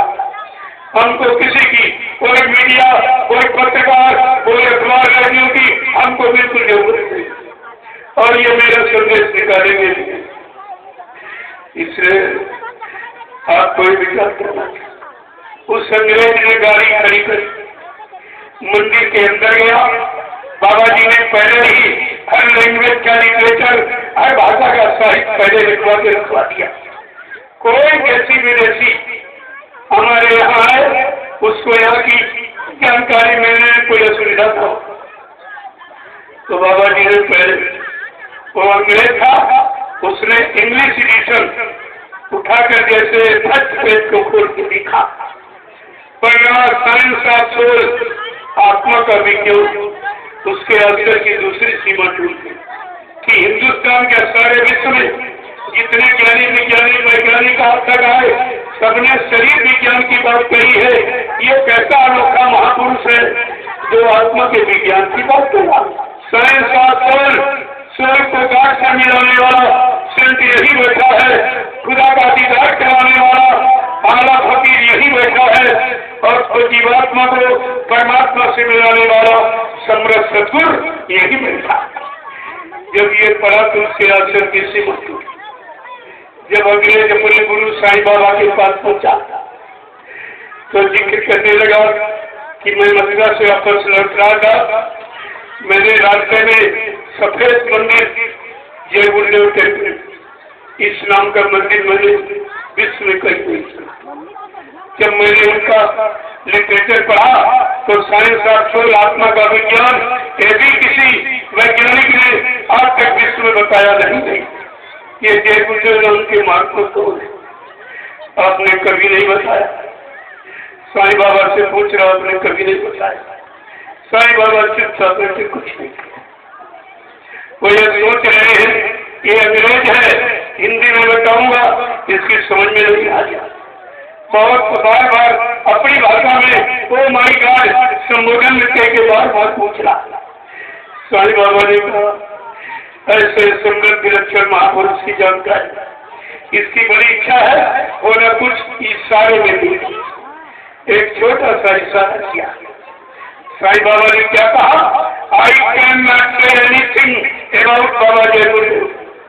कहा मैं बाबा जय गुरुदेव जी महाराज के बारे में कुछ नहीं कह सकता। I cannot say anything about Baba Jai Gurudev. I have my limitation, so I cannot talk. मेरे बोलने और काम करने की एक सीमा है, मैं सीमा के बाहर न कुछ कर सकता न कुछ बता सकता। लेकिन बाबा जय गुरुदेव all mighty, all powerful, he is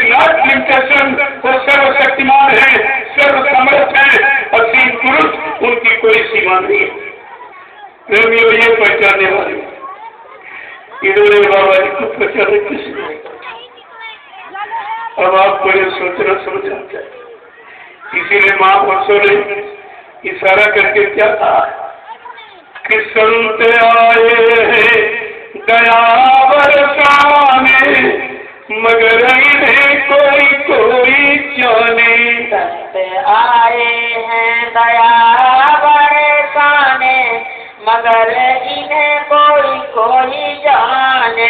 स्वामी आए हैं दया बरसाने, मगर इन्हें कोई कोई जाने। स्वामी आए हैं दया बरसाने, मगर इन्हें कोई कोई जाने। जब जब हो धर्म की हानि, जब जब होए धर्म की हानि। बार है असुर अधम अभिमानी, सारे असुर अधम अभिमानी। आज लेकर मनुष्य रूप आने, मगर इन्हें कोई कोई पहचाने। आज लेकर मनुष्य रूप आने, मगर इन्हें कोई कोई पहचाने। सतगुरु आए हैं दया बरसाने, मगर इन्हें कोई कोई जाने। सतगुरु आए हैं दया बरसाने, मगर इन्हें कोई कोई पहचाने। हिंदू हो या मुसलमान, सिख हो ईसाई, हिंदू हो या मुसलमान, सिख हो ईसाई। आपस की भेदभाव फूट को मिटाई। आपस की भेदभाव फूट को मिटाई। आए हैं सबको गले से लगाने, मगर इन्हें कोई कोई पहचाने। आए हैं सबको गले से लगाने, मगर इन्हें कोई कोई पहचाने। स्वामी आए हैं दया बरसाने, मगर इन्हें कोई कोई जाने। स्वामी आए हैं दया बरसाने, मगर इन्हें कोई कोई जाने। नाम दान की लूट मचाई, नाम दान की लूट मचाई। शक्ति की पहली पहचान है। आज तक इस मित्र लोग मंडल में लाउडस्पीकर लगाकर नामदान की शुरुआत किसी ने नहीं किया। अब तो बहुत से दूर लोग निकल रहे, लेकिन शुरुआत किसी ने नहीं किया है। आपको ये सोचना चाहिए, लाउडस्पीकर लगाकर नामदान देने का मतलब जो सारी सृष्टि को मानव योनि में परिवर्तित कर सकता है वो इंसान है कि भगवान का भगवान है। कि नाम दान की लूट मचाई, नाम दान की लूट मचाई। और निज घर जाने की राह बताई। निज घर जाने की राह बताई। आए हैं सबको बुलाने, मगर इन्हें कोई कोई पहचाने। आए हैं सबको बुलाने, मगर इन्हें कोई कोई पहचाने। आए हैं हम सबको लिवाने, मगर इन्हें कोई कोई पहचाने। आए हैं हम सबको लिवाने, मगर इन्हें कोई कोई पहचाने। स्वामी आए हैं दया बरसाने, मगर इन्हें कोई कोई जाने। स्वामी आए हैं दया बरसाने, मगर इन्हें कोई कोई जाने। जय गुरुदेव, जय गुरुदेव। जय गुरुदेव,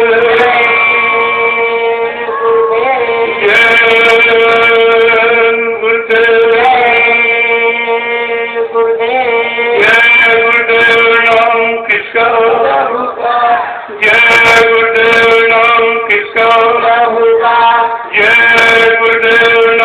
किसका? प्रभु का। प्रभु का प्यारा नाम। सब लोग खड़े हो जाओ। अब आप लोग खड़े हो जाइए, जो जहाँ बैठा वहीं खड़ा हो जाए। पहले हमारे इशारे को समझ लो। अब हमें आप सबको मानव सत्कर्म के लिए, मानव सद्धर्म के लिए, सत्य समाज के निर्माण के लिए, नव निर्माण की योजना भूमिका व्यवस्था के लिए, माँ बहन बेटियों की इज्जत आबरू बचाने के लिए अब प्रेमियों खड़े होने की जरूरत है। अब ये बैठने का समय नहीं, इशारा समझ लीजिए। अब बैठने का समय। जय गुरुदेव, जय गुरुदेव, जय गुरुदेव। नाम किसका? सतयुग कौन लाएंगे? विश्व में शांति कौन लाएंगे? जन जन में प्रेम कौन लाएंगे? स्वामी जी का कहना है, क्या खाने से हुए खराब? अंडा मछली मांस शराब। क्या खाने से होगी भलाई? दूध मलाई। अब कुछ होने वाला है, वक्त बदलने वाला है। जो अब भी समझ न पाएंगे वो बार बार पछताएंगे। जो अब भी जाग न पाएंगे वो जीना कर पछताएंगे। स्वामी जी की वाणी है, सतयुग की अगुवानी है। यदि स्वामी जी की बात न मानी, निकल कर तू मर जाएगा। यदि स्वामी जी की बात न मानी, निकल कर तू मर जाएगा। जय गुरुदेव। धर्मियों गणतंत्र दिवस की पावन मेला पर एक 5 दिवसीय आध्यात्मिक सत्संग समारोह जन जागरण कलयुग 11 से सदगुरु दयाल की दया कृपा से आज ये निर्विघ्न समापन। कोई विघ्न बाधा नहीं, निर्विघ्न, यानी कुदरत भी आपके साथ। उसको सच्चे अच्छे ईमानदार चरित्रवान लोगों की जरूरत है। कुदरत भी आपके साथ है। जिसके साथ कुदरत है उसके काम को कौन रोक सकता? इस पर भी आपको विचार करना चाहिए। अब आप जा सकते हो, आप सबको आदेश, लेकिन जिस जमीन पर आप एक सप्ताह में लड़ रहे हो, ये जिन्होंने जमीन दी है वो कितने बड़े भाग्यशाली।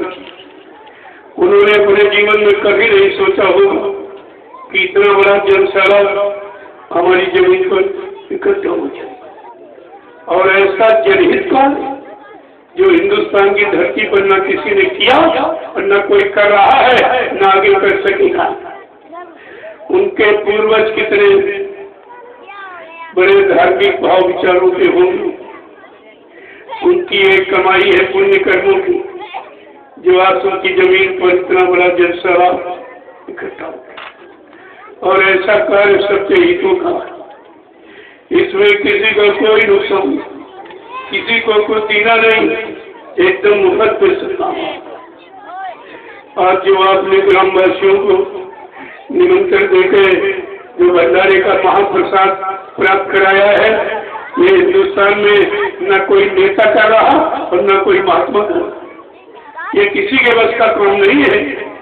आप इसको समझिए पहले। और कुंवारी कन्याओं को इनको बरकत और प्रसाद जो दिया गया है, ये भी हिंदुस्तान में कोई नहीं। और ये झंडा, तमाम लोग झंडे लिए घूम रहे हैं, लेकिन ये झंडा गुरु की गौरव गरिमा का, गुरु के जीवित होने का पक्का प्रमाण है कि झंडे से ये भूत प्रेत उतारे जाते हैं, बीमारी महामारी खत्म होती है। अगर आप विश्वास के साथ शाकाहारी बनकर झंडे की परिक्रमा करते तो सब तुम्हारी मुसीबतें खत्म हो जाए। यह झंडा का भी काम नहीं कोई करता। और शोभा यात्रा में कितने क्विंटल प्रसाद इनको दिया गया नगरवासियों ग्रामवासियों को कि इनकी बुद्धि ठीक हो जाए और इनको भी यानी सत्कर्म और सद्धर्म अच्छे समाज में आने की इसके अंदर इच्छा पैदा। इतना प्रसाद वितरण कोई नहीं करता। हिंदुस्तान में कहीं चले जाओ, चाहे पत्थर का देवते का दरबार हो चाहे जिंदे का हो, सब लेने वाले देने वाले कोई। यह सतगुरु का सच्चा दरबार जो आपको सब कुछ दे रहा और बदले में आपसे कुछ नहीं लिया। इसको पहले देखिए, समझिए, सोचिए, विचारिए कि कितना बड़ा काम हो रहा और सब आश्चर्य सारा हिंदुस्तान इसको देख रहा है। आज ही प्रेमी इंटरनेट के माध्यम से ये सब भेज रहे हैं और सारा हिंदुस्तान देख रहा। आप नहीं देख पा रहे लेकिन तुमको सब देख। कितने सच्चे अच्छे काम के लिए निस्वार्थ भाव से कितने हजार लोग आते, ये कोई गिनती कर सकता है। इस तरफ ये खटाखट मैदान सुबह से भरा है, सब प्रेमी भोजन प्रसादी पाके जा रहे हैं, कन्याएं प्रसाद यानी मतलब और बरकत लेके जा रही है। मैं तो पुलिस कर्मचारियों को भी बरकत देता लेकिन वो आए नहीं, उनकी किस्मत में आई नहीं। जबकि हमने उनको नजारा दिखाया, क्या इतना अनुशासन कोई राजनीतिक नेता पार्टी या धार्मिक मिशन हिंदुस्तान में कर सकता?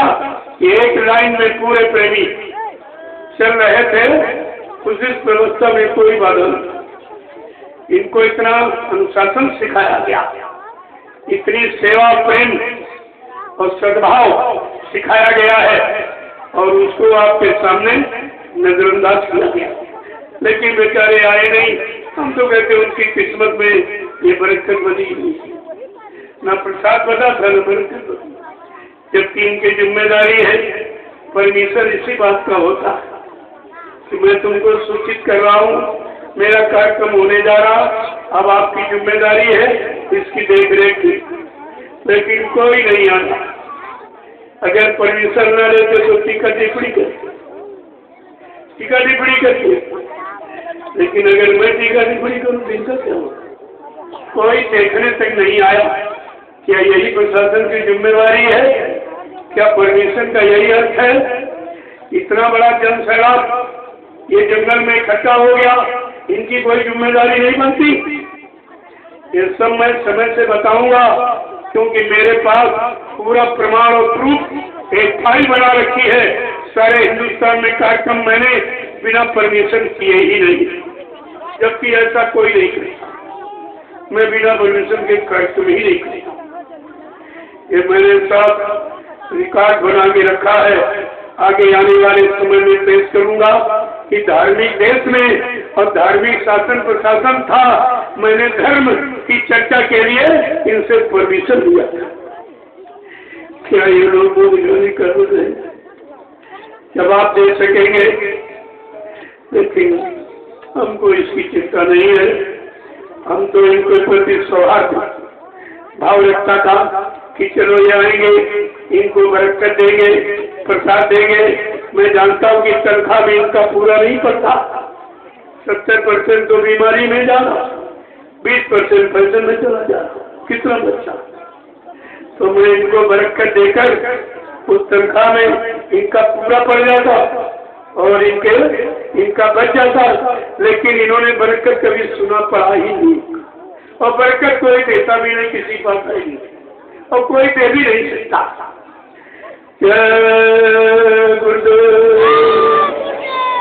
प्रेमियों, आपने जमीन का प्रयोग किया तो तुम्हारी जिम्मेवारी है, और इस जमीन पर आपने 1 सप्ताह सुमरन ध्यान भजन।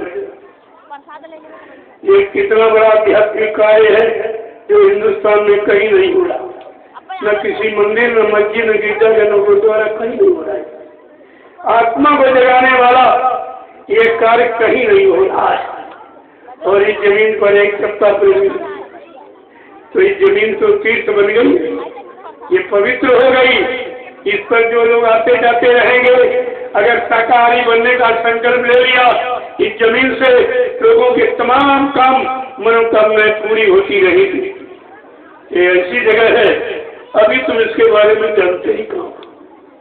ये सब एक बार पार्वती शंकर भगवान चले जा रहे, बियाबान जंगल में पहुंचे, एकदम अचानक शंकर भगवान रुक गए और साष्टांग दंडवत प्रणाम करने लगे। पार्वती इधर उधर देख रही, न कोई मंदिर है, न कोई काबा है, न धार्मिक स्थल, ये किसको प्रणाम कर रही? घंटों प्रणाम करते। जब उठे तो पार्वती ने कहा, भगवान आप किसको प्रणाम कर रहे हैं? कहा, पार्वती ये राज मत पूछो, चलो। थोड़ी दूर चली, कहने नहीं पहले राज बता दीजिए। भगवान शंकर ने कहा, पार्वती ये जमीन इतनी पवित्र है, इतना मैग्नेटिक पावर, चुंबकीय शक्ति जो मुझे आकर्षित कर रही, आगे बढ़ने नहीं दे रही। यहाँ एक रात संत ठहरे थे अपने प्रेमियों के साथ, यहाँ पर सत्संग हुआ और प्रेमियों ने परमात्मा को पाने के लिए भजन किया था। यह जगह इतनी एक रात का प्रभाव तो तुमने 7 दिन 7 रातें दिखाई है। स्थान पवित्र, आज मेरे इस कार्यक्रम को पूर्ण विराम दे रहा हूँ।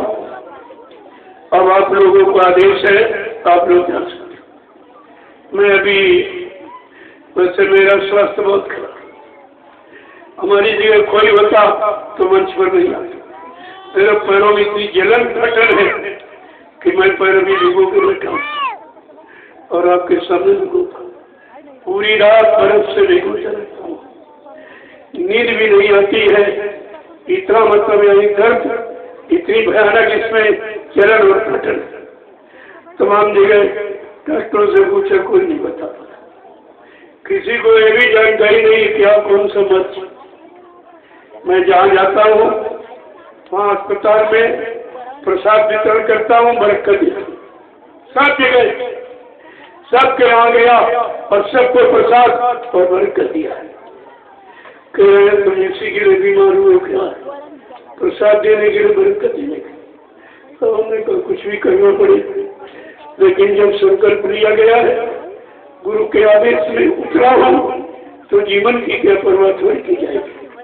काम की परवाह, आदेश की परवाह है, शरीर की और जीवन का कोई मूल्य नहीं है। मूल्य है गुरु के आदेश का, गुरु के वचनों के प्रचार का, ये मूल्य है। जय गुरुदेव। अपने लोग बच्चे हो, मैं आपसे जल्दी से मिलने लेता हूँ, आप मिल लो जल्दी से, क्योंकि मुझे दर्द जाता है। उतना आप काम लो जिससे काम चलता है। उम्र भी काफी होगी, धीरे धीरे आपका काम तो करता नहीं। एक दिन विश्राम नहीं लेता, बराबर हिंदुस्तान में दौरा करता रहता हूँ और लोगों के कान तक सदगुरु दयाल के वचनों की यादगार कराता है। न कोई भाषण, न स्पीच, न प्रवचन, न कोई सेवा मांगता हूँ, न किसी निंदा आलोचना बोलने का ये काम। लेकिन सत्य को कहने में कसर नहीं रखता। अगर सत्य को छिपाऊंगा तो आप भविष्य में कहोगे आप सब कुछ जानते थे तो आपने ये राज खोला क्यों नहीं था। इसलिए कहना मेरी मजबूरी है और आपके लिए अच्छाई भी है, दोनों चीज। क्योंकि सत्य थोड़ा कड़वा होता है।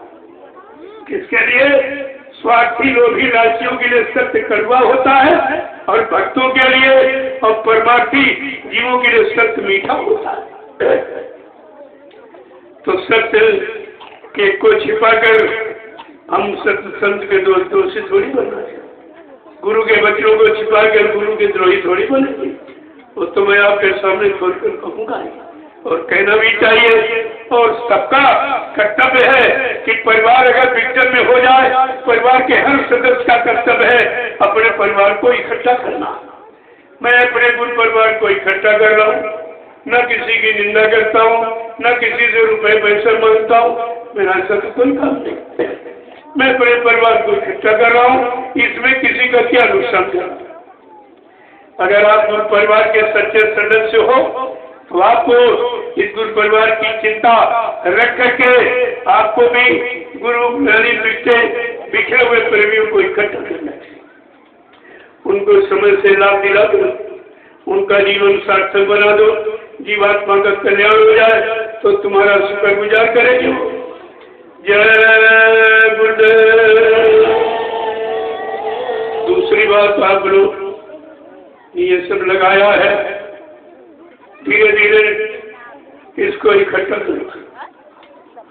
देखो कोई न कोई सेवा करके जाओ, एक एक बल्ली आपके हिस्से नहीं पड़ेगी। 5 आदमी मिलकर एक बल्ली उखाड़ के एक जगह बैठी, कोई बांस करा दो उसको, केवल लाइट को छोड़, क्योंकि लाइट तो भी रहेगी ना। सब लोग यहाँ बहुत प्रेमी रुके हुए, और इस मंच को भी 25 प्रेमी जल्दी से निकले, इस मंच को सिमटा दें। ये नैमिषारण्य तपोभूमि जाएगा और आपकी सेवा लग जाएगी, क्योंकि राष्ट्रीय मंच है और सदगुरु दयाल का मंच है, तो सबका मंच है, तो सबका कर्तव्य है। अगर एक पाठ आपने उठा के ऐसे रख दिया तो तुम्हारी सेवा जुड़ जाएगी, क्योंकि ये मंच सारे हिंदुस्तान में जाता है। आप तो हर जगह नहीं जाते हो, लेकिन ये मंच हर जगह जाता है। इस मंच के प्रति सेवा भाव रखना तुम्हारा सबसे बड़ा कर्तव्य है, तो इसको जल्दी से स्वीकार दीजिए, और ताकि सुबह इसको लोड कर ले और धीरे से निकलिए। जय गुरुदेव। जितने भंडारे आप लोग चला रहे हैं, जो आपके पास अनाज वो कुछ भी बचा है, अगर आप देना चाहते हो तो नैमिषारण्य भेज दीजिए। गाड़ी जाएगी, अभी जा रही, अभी फिर आ जाएगी, चल जाए। तुम्हारी इच्छा तो मैं तो नहीं कुछ कहूँगा। वैसे कर्तव्य तो तुम्हारा सबका यही कि प्रेमियों के भोजन के लिए दिया है, और नैमिषारण्य में हजारों प्रेमी रोज सेवा कर रहे हैं। उनके भोजन में प्रयोग हो जाए और तुम नहीं भी जाओगे, तुम्हारा अन्न खा के बस सेवा करेंगे, उस सेवा का फल तुमको घर बैठे मिल जाएगा। इससे बड़ा लाभ और क्या।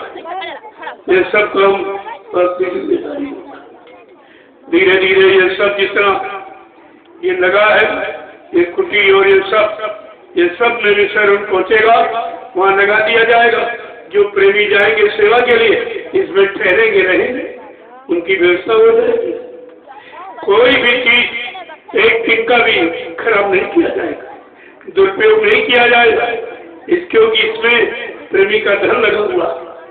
और आपने इतना अच्छा मौका मिला था, ये कार्यक्रम तो उसे पूरे हिंदुस्तान का है, राष्ट्रीय कार्यक्रम, सबको सहयोग करना चाहिए। और वैसे बहराइच जिले का है, पड़ोसी जिले गोंडा है, और बस्ती है, और सिद्धार्थनगर है, और मतव्यारी, ये तमाम जिले आपके पड़ोसी हैं।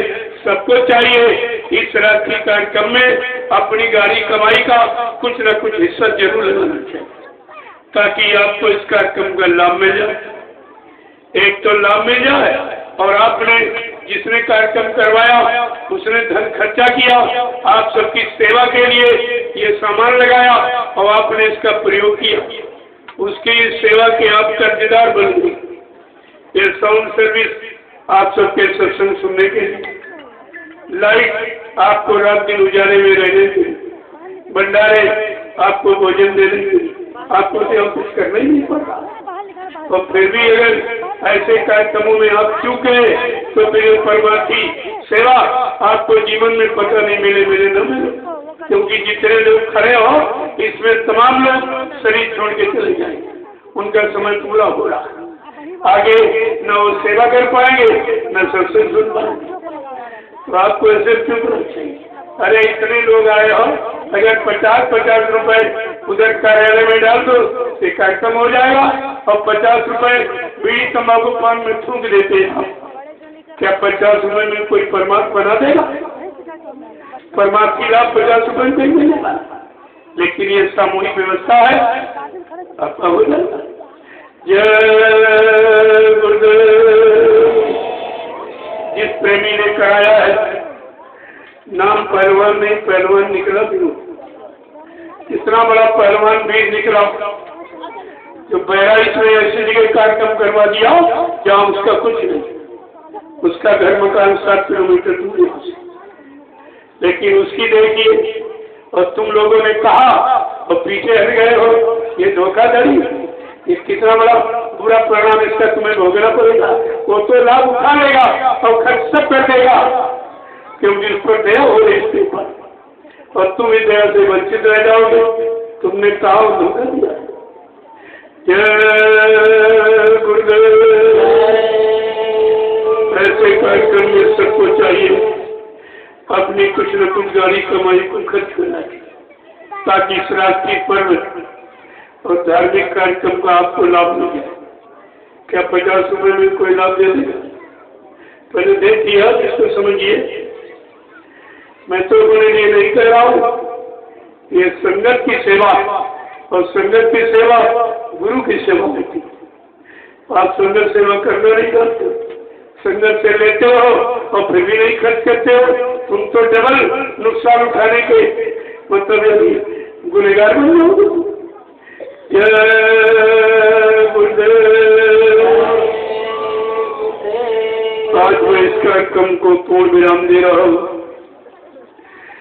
प्रेमियों, ऐसी मौत बनी रही, मालिक की दया तो आप सबके दर्शन करता रहूंगा। गुरु के अनमोल वचन, परिवर्तन की बेला पर किए गए संकल्प वादों को तुम्हारे सबके कान तक पहुंचाता रहूंगा। मेरा और कोई काम नहीं, कोई सेवा किसी तरह से नहीं। मेरे यहाँ न कोई सेवा ली जाती, न अध्यक्ष मंत्री बच्चा प्रवक्ता कोई बनाया जाता, क्योंकि ये गुरु का आदेश 2010 तक लोगों ने सब भूल गए। अरे जब गुरु को मुद्दा कह दिया तो इससे बड़ा इनका सारा ज्ञान और इनकी सोच ही मुद्दा हो गई। ये कुछ कर ही कर सकती। जय गुरुदेव। जो लोग बच गए, क्योंकि आप 4 रोज से दर्शन करेंगे, मैं आपका दर्शन 4 रोज से कर रहा हूँ।